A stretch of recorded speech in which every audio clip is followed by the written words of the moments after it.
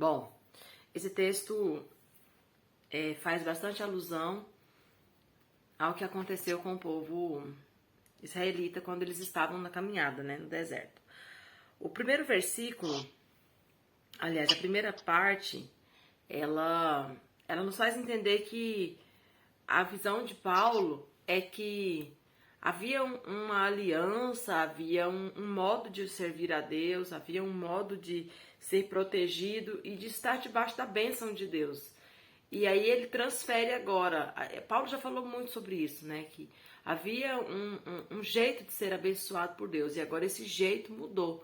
Essa é a visão de Paulo, né? Então ele usa essa expressão no versículo 2, ó.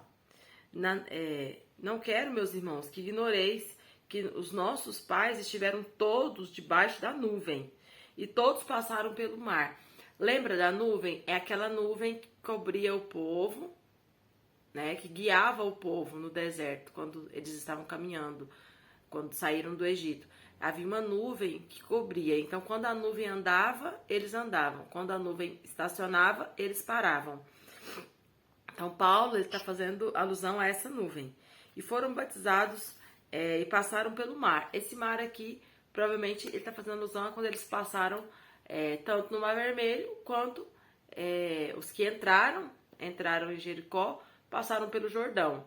Porque houve esses dois momentos que o mar foi aberto para que eles passassem. O Mar Vermelho, quando eles fugiam de Faraó e dos cavaleiros de Faraó, aí eles atravessam o Mar Vermelho e entram no deserto. E depois, né, de 40 anos, que eles vão entrar em Jericó, que já tinha passado toda uma geração. Essa geração que foi entrar, atravessou o Jordão e entrou em Jericó através dessa passagem. Apesar que o Jordão é rio, então aqui provavelmente Paulo está fazendo alusão ao Mar Vermelho. E aí ele diz assim: e na nuvem e no mar, todos foram batizados em Moisés. Então, para mim, o objetivo de Paulo é fazer essa aplicação, né? Que eles foram batizados em Moisés, houve um período em que fez sentido a nuvem, a água, Moisés conduzindo o povo, Moisés deixou a lei. Então, o batismo, ele é o quê? Não é iniciação? Então, é como se a saída do Egito foi a iniciação do povo de Deus para iniciar uma nova jornada, uma nova fase. Aí ele fala no 4, e beberam todos da mesma bebida espiritual, porque bebiam da pedra espiritual que os acompanhava. Gente, o que vocês acham que é isso aqui? A pedra espiritual que os acompanhava. Porque ele afirma aqui, ó, que a pedra era Cristo, mas Cristo não fazia sentido para o povo judeu naquele momento. Faz sentido hoje para Paulo. De que Paulo está dizendo? O que era essa pedra? Ele está falando que todos bebiam da pedra. Será que Paulo já está fazendo uma aplicação aqui de que a pedra era a lei? De que aquela lei que Deus deu para Moisés em cima lá, né, do Monte Sinai, quando Moisés vem com a lei, passou a ser então a lei do povo, né? Eles começaram a se alimentar daquela lei. Será que Paulo está dizendo mais ou menos isso? Que eles se alimentavam dessa lei, da pedra física, que eram os 10 mandamentos, né? As 2 tábuas da lei, mas espiritualmente aquela pedra era Cristo. Será que Paulo está querendo dizer algo nesse sentido ou não? Bom, não sei. Aí no 5, Deus não se agradou da maior parte deles, pelo que foram prostrados no deserto. Então, por que Deus não se agradou? Porque reclamavam demais, ficava toda hora comparando o Egito, a cebola, o alho. O povo brinca muito, né, que tanta coisa boa para se sentir saudade, o povo de Israel foi sentir saudade de alho e cebola. Tipo assim, né, pepino. Mas é claro que era só uma como que eu posso dizer? Não sei como dizer, mas eu creio que não é que eles sentiam falta do pepino, do alho e da cebola, mas era a forma que representava provavelmente o estilo de alimentação, né? Bom, enfim. E aí o 6, por isso que eu acho que Paulo está fazendo uma aplicação. O 6 ele fala, ora, essas coisas nos foram feitas para exemplo. Então percebe que Paulo, ele tem uma ousadia tão grande de afirmar que tudo que aconteceu, desde que o povo saiu do Egito, até o momento das tábuas, até o momento do povo entrar em Jericó. Na verdade, Paulo faz isso com toda a história do povo de Israel, né? Mas hoje ele está pegando esse pedaço. Que tudo isso que aconteceu, ele fala que aconteceu para nos dar exemplo. Para quê? O que nós temos que aprender? A fim de que não cobicemos as coisas más como eles cobiçavam. Eles não tiveram, né, uma intenção positiva, eles tiveram cobiças erradas.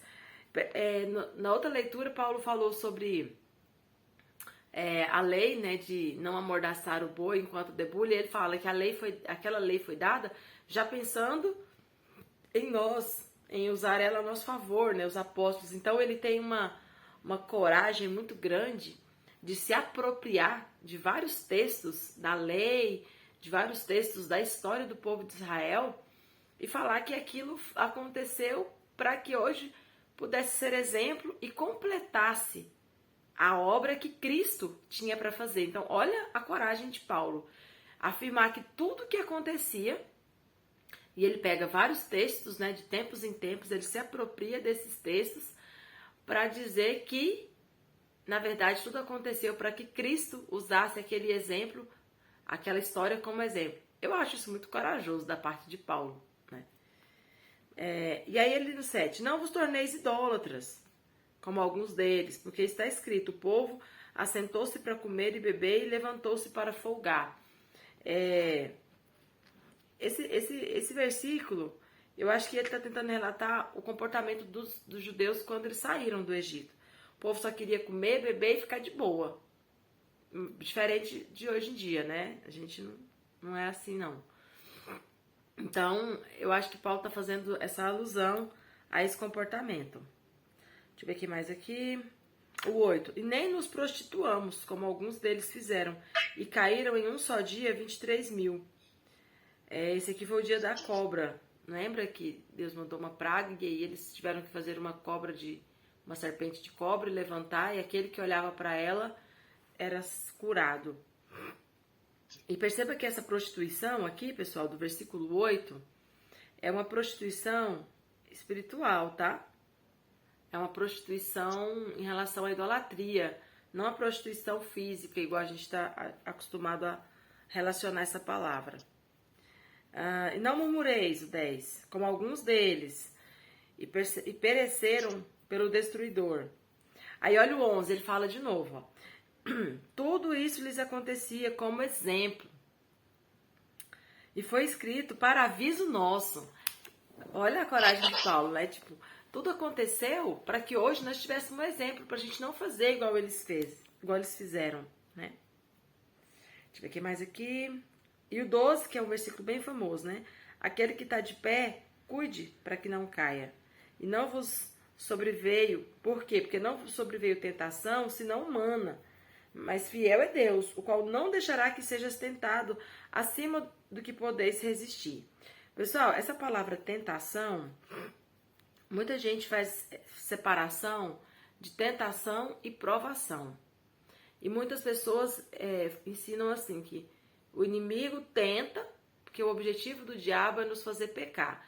Mas Deus nos prova, porque o objetivo da prova é nos aperfeiçoar. Na verdade, as duas palavras têm a mesma raiz. Tentação e provação é a mesma coisa. O que vai mudar é quem está impondo aquilo e o objetivo. Então, quando é o diabo, o objetivo dele é nos fazer pecar. E quando é permissão de Deus, o objetivo é nos aperfeiçoar. Então, por exemplo, Tiago, capítulo 1, fala, né? Irmãos, tende alegria o passar por várias tribulações. Em outras versões vai falar, tem de grande alegria passar por várias provações. Poderia ser tentações. Por quê? Por que eu devo estar alegre? Porque quem está me proporcionando essa provação, essa tribulação, é Deus. Por quê? Porque o objetivo é meu aperfeiçoamento. E aqui acontece algo bem parecido, ó. Não vos sobreveio tentação, senão humana. Percebe que essa tentação, na nossa versão da tentação, e tá falando que é algo humano, ou seja, não é algo maligno, é algo que simplesmente vem para nos moldar, trabalhar a nossa fé, paciência, perseverança. E aí ele diz assim, fiel é Deus. Deus é fiel, ou seja, ele está com vocês. Ele sabe o que está acontecendo. E ele não vai deixar que vocês sejam tentados acima do que vocês podem resistir. Então percebe que aqui essa versão usa a palavra tentação. Por quê? Porque o que importa é o objetivo. Qual é o objetivo dessa tentação? É confiança. Aqui está falando, fiel é Deus. Ele não vai deixar vocês serem tentados acima do que vocês podem resistir. Antes, com a tentação, dará também o meio de saída. Ou seja, a tentação é para trabalhar em nós perseverança, persistência. Então, junto com a prova, ele dará a resposta para que vocês possam suportar. Então, perceba que, e aqui é o último versículo, né, de hoje, perceba que a visão, tanto de Paulo, né, e em outros textos sobre tentação e provação, é justamente essa. Qual é o objetivo? Quando é o diabo que nos coloca em algumas situações, o objetivo é simplesmente nos fazer pecar. Mas quando essas situações acontecem, e aqui o texto fala que foi coisa humana, ou seja, de maneira natural, são fatalidades, acidentes, né? A morte, ela acontece na nossa vida, na nossa família, a doença, o acidente, a dor, o dia do luto, tudo isso acontece. E o que Paulo está dizendo? Olha, essas tentações são coisas naturais, né? Não tenha medo, Deus é fiel. Ele não vai deixar você sozinho nesse momento. Então, o trecho de hoje, basicamente, é um trecho pequeno. E o que Paulo quer fazer? Nos fazer olhar exemplos. Paulo quer que a gente olhe referências. Olha o que aconteceu com o povo quando saiu do Egito. Olha o que aconteceu com o povo quando murmurou. Olha o que aconteceu quando o povo pecou. Então, aqui, no mínimo 3 momentos, né, nessa caminhada do Egito, que Paulo está falando para a gente olhar para trás e aprender com elas. Não reclamar, não murmurar, não pecar contra Deus. Tudo isso, e é onde eu achei interessante, que ele fala que tudo isso aconteceu para que hoje nós tenhamos o exemplo e não façamos igual. Ok? Bom, então vamos encerrar. Espero que essa palavra seja edificante. Beijo.